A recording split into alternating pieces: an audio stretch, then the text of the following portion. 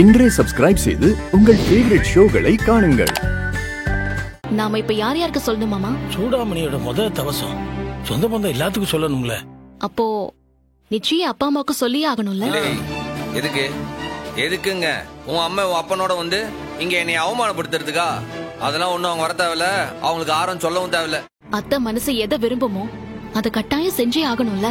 என்னது என் அம்மா உன் அப்பா வரணும்னு விரும்புவாங்களா? ஆனா என் அம்மா வரணும்னு அத்தை ஆசைப்படுவாங்களா இல்லையா?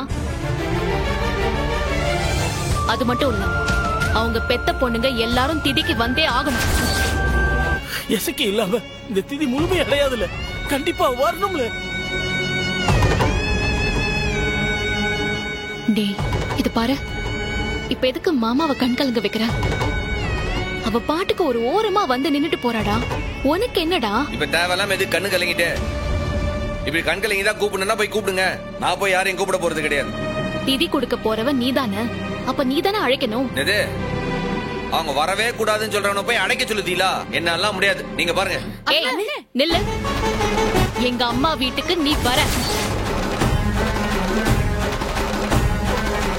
எசக்கிய மட்டும் இல்ல, எங்க அம்மாவையும் நீதான் அழைக்கணும். இல்லன்னா அவங்க வரமாட்டாங்க. அவங்க வரலன்னா இந்த திதிக்கு அர்த்தம் இல்லாம போயிடும். புரிஞ்சுக்கோ.